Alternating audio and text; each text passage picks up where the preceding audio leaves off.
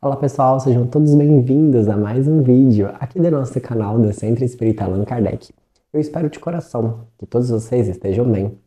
No vídeo de hoje nós vamos dar sequência ao nosso estudo da obra Estude Viva, dos escritores, dos médiuns Chico Xavier e Valdo Vieira. Hoje estaremos comentando o capítulo 10, e aqui tomamos a liberdade de intitular este vídeo Família Maior, Religião e Casamento.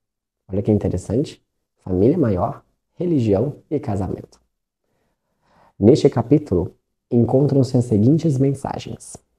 Ante a família maior, de Emmanuel, o Espiritismo e os cônjuges, de André Luiz, e os guias espirituais nos sugerem as seguintes leituras. O Evangelho segundo o Espiritismo, capítulo 22, o item 3 e a questão de 803 do Livro dos Espíritos. Sugerimos então que você pause esse vídeo, faça essas leituras, faça suas anotações e reflexões e depois venha para cá, para que juntos possamos finalizá-la. Na certeza de que o bem sempre vence, vamos juntos estudar e viver? Iniciando então os nossos comentários com a passagem do Evangelho do capítulo 22, Não separeis o que Deus uniu, o item 3. Quando Jesus disse, não separeis o que Deus uniu, ele fez referência à união baseada na lei imutável de Deus, que é a lei do amor. Como assim?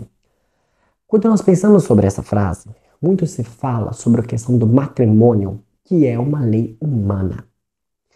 E aí, o item 3 justamente nos faz a seguinte reflexão. Quantas uniões são feitas por interesse, em que se unem interesses e não corações? Este item nos reflete que, a partir deste momento em que a união é baseada em interesses e não no coração, essa união ela será infeliz, em que ali não terá o amor, em que ali não terá o objetivo de fazer o bem e de prosperar. É nesse momento que ele então nos convida a refletir. Quando Jesus nos disse, não separeis o que Deus uniu, é aquilo unido no amor. Aquela união baseada em fraternidade, em bondade, em respeito, em empatia, em prosperidade. É tudo baseado na ideia de que, se é baseado no elo do amor, isso não deve ser separado. E ele continua. Quando nós pensamos nos casamentos infelizes, justamente baseados na questão do interesse, são uma dupla tristeza. Por quê? Os dois que estão ali envolvidos vivem tristes, porque eles não se amam. Olha que triste isso. E ele continua. O casamento por interesses, que tem justamente a satisfação ali material, eles acabam sendo laços de carne, mas não laços de alma. Então, quando Jesus nos fala, não separeis o que Deus uniu, ele está falando da não separação, da união de almas. Aquelas almas que se unem, aquelas almas que têm ali como objetivo se amar e prosperar e evoluir, essa separação não deve ser feita. Agora, aquele casamento que é baseado no interesse, aquele casamento que é baseado na infelicidade de ambos ali, esse, por não ser uma união de Deus, e sim uma união do homem, esse, de acordo com a doutrina espírita, não há nenhum problema em que haja realmente a separação. Por quê? Ficaremos em um ambiente em que não prosperamos e não germinamos? Se Deus é amor, Ele quer que todos nós amemos. Assim sendo, devemos pensar, o casamento que eu tenho hoje, ele é um casamento baseado em leis divinas, na lei do amor? Ou é baseado na lei humana do interesse? Cabe uma reflexão bem interessante. E que se no caso for uma lei baseada na lei do interesse, na lei humana, convém a separação, convém então o divórcio. A questão de 803 do Livro dos Espíritos nos faz a seguinte pergunta. Todos os seres humanos são iguais perante os olhos de Deus? Resposta, sim. Todos nós, independentemente do gênero, da raça, da crença, enfim, todos são iguais perante os olhos de Deus. O que isso quer dizer? Que todos, sem exceção, estão sob o efeito das mesmas leis universais, das mesmas leis de Deus. Todos. As leis dele são para todos e regem todos. Não há nenhum indivíduo que se sobressaia ou que esteja rebaixado. Não há nenhum ser humano que foi criado com certas vantagens ou desvantagens. Todos são iguais perante os seus olhos. Aí uma questão interessante. Ah, João, mas se nós observarmos, tem diferenças físicas, tem diferenças monetárias, tem diferenças do trabalho. Vamos observar. O que nós estudamos lá na série Estudando o Livro dos Espíritos? Deus é imaterial.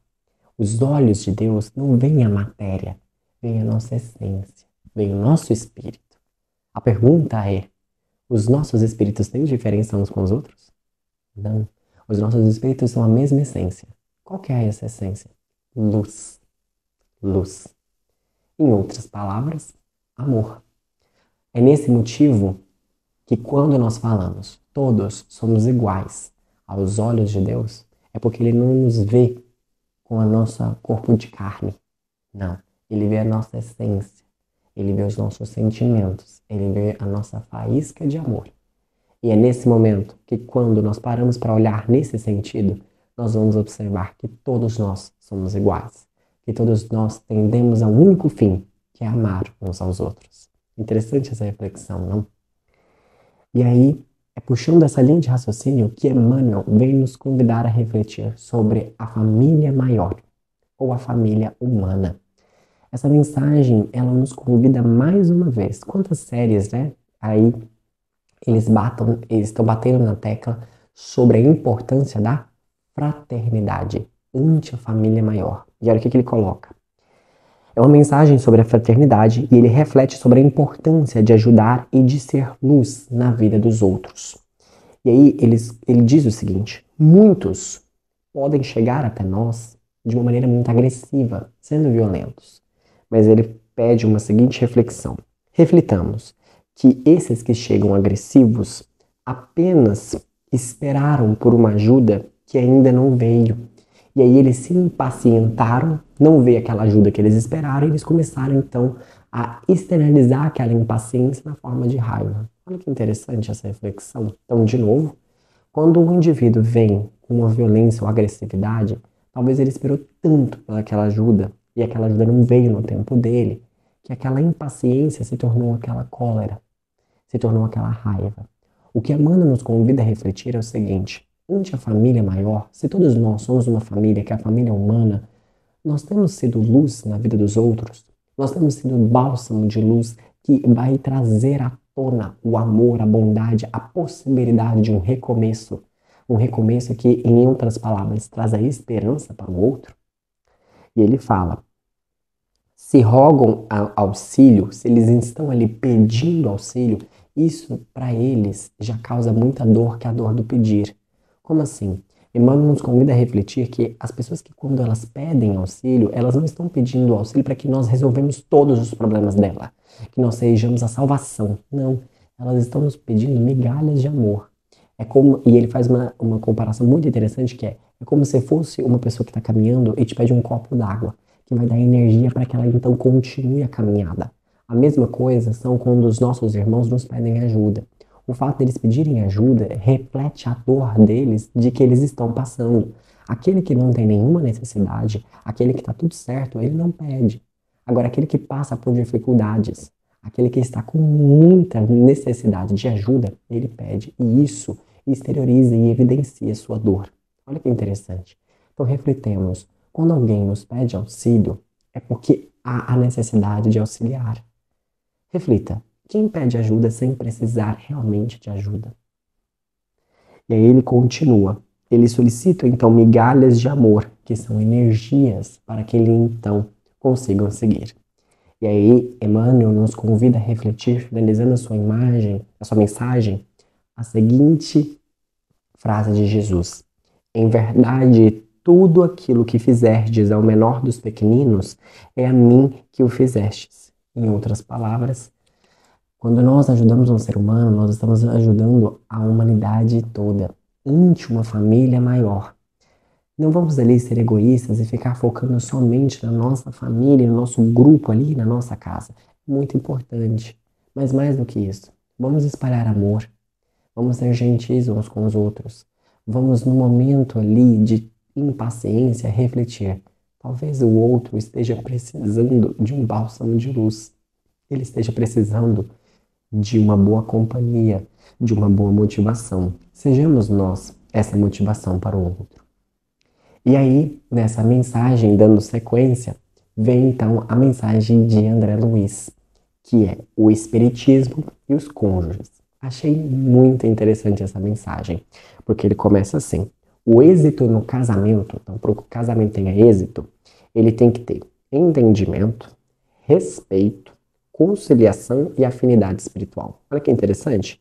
Entendimento, de buscar entender o outro, respeitar, não em buscar sobrepor um ao outro, mas de permitir que o outro seja o que ele é, de conciliar. Olha, não é direita e nem esquerda, mas vamos buscar um caminho do meio, vamos fazer uma conciliação que saia bem para ambos. E afinidade espiritual. Interessante essa questão de afinidade espiritual, porque ela nos reflete o quê? A necessidade de nós buscarmos ter relacionamentos que ajudem-nos a evoluir, a prosperar, a ser pessoas cada vez melhores. Interessante, não? E ele fala: reflita sobre o período natural que existe do noivado. Como assim?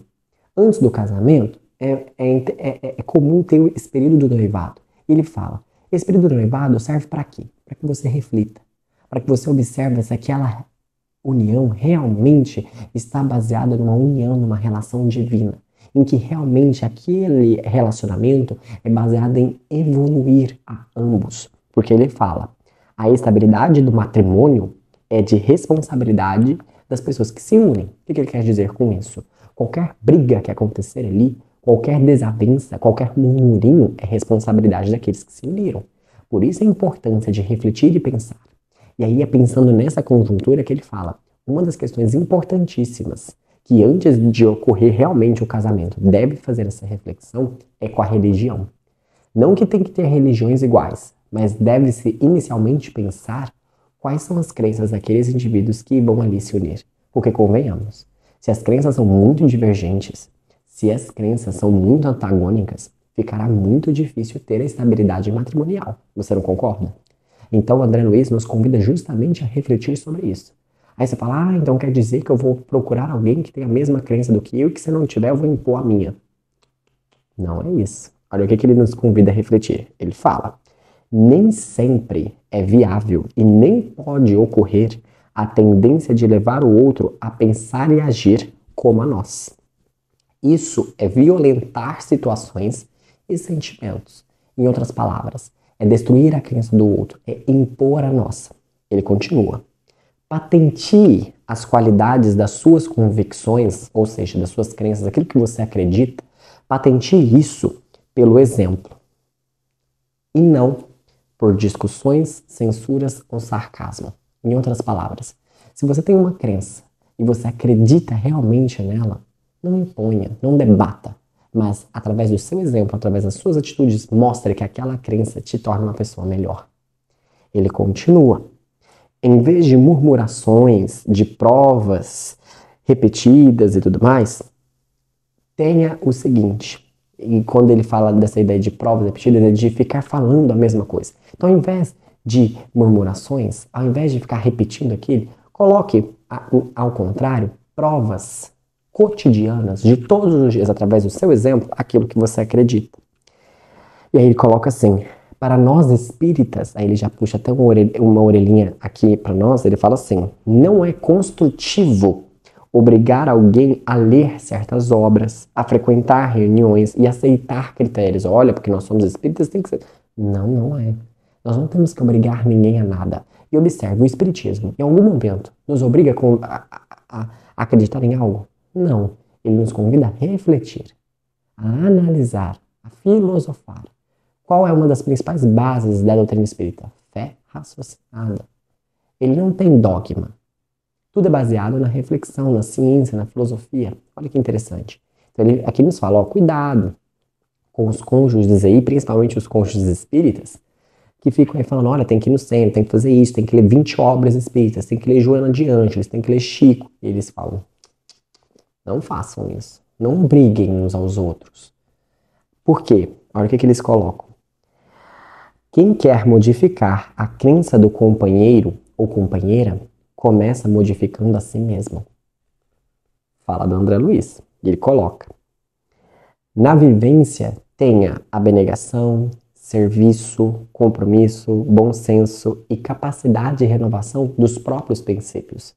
Porque se você não renova nem seus próprios princípios, se você não está disposto a abrir mão daquilo que você acredita, ou seja, se abnegar, como você vai querer mostrar para o outro que a sua crença ela te torna melhor? Como você vai querer mudar o outro se você não está disposto à mudança?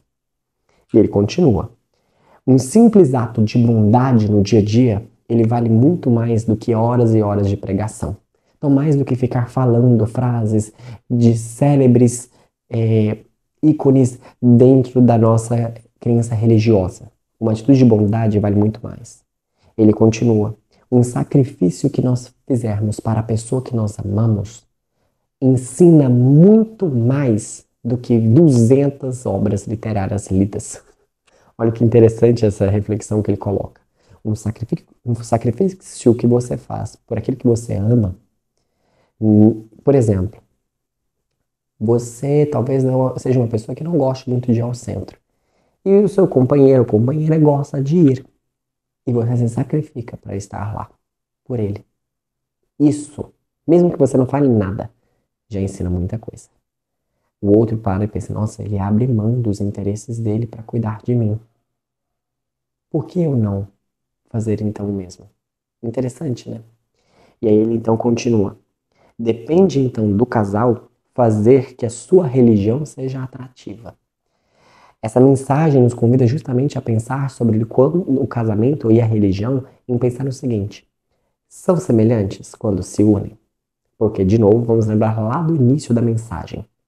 É de responsabilidade do casal toda e qualquer desavença que acontecer. Lembre do período do noivado, de analisar, de ver se as crenças são semelhantes. Lembremos da mensagem do Evangelho. Os laços são de amor ou são de interesses? Uniu-se pessoas ali porque seria mais cômodo, traria dinheiro, traria prosperidade, ou realmente ocorreu a união pelo amor? Porque eu estou com o outro, porque através dele e com ele eu consigo ser uma pessoa melhor. Eu consigo melhorar. Interessante, né? E ele coloca assim: fazer demonstrações vivas de amor acabam cessando, acabando com as discórdias. Em outras palavras, um casamento que possui ali atitudes de amor no cotidiano, elas acabam encerrando as discórdias. Em outras palavras, se você passa por uma situação difícil no seu casamento, em que muitas discórdias estão acontecendo, provavelmente está faltando atitudes de amor, seja de compreensão, seja de empatia, seja de silêncio. Muitas vezes nós buscamos palavras para tentar, então, ali preencher algo que talvez não tenha necessidade de ser preenchido. O próprio silêncio, às vezes, pode ser o melhor meio para então resolver a situação, para que então ocorra esse, entre aspas, preenchimento. Refletemos sobre isso. É nesse momento, então, que quando nós pensamos sobre ante a família maior, religião e casamento, pensemos: temos buscado ser bálsamos de luz na vida uns dos outros e sendo ali portas para o respeito, para o amor, para a concórdia?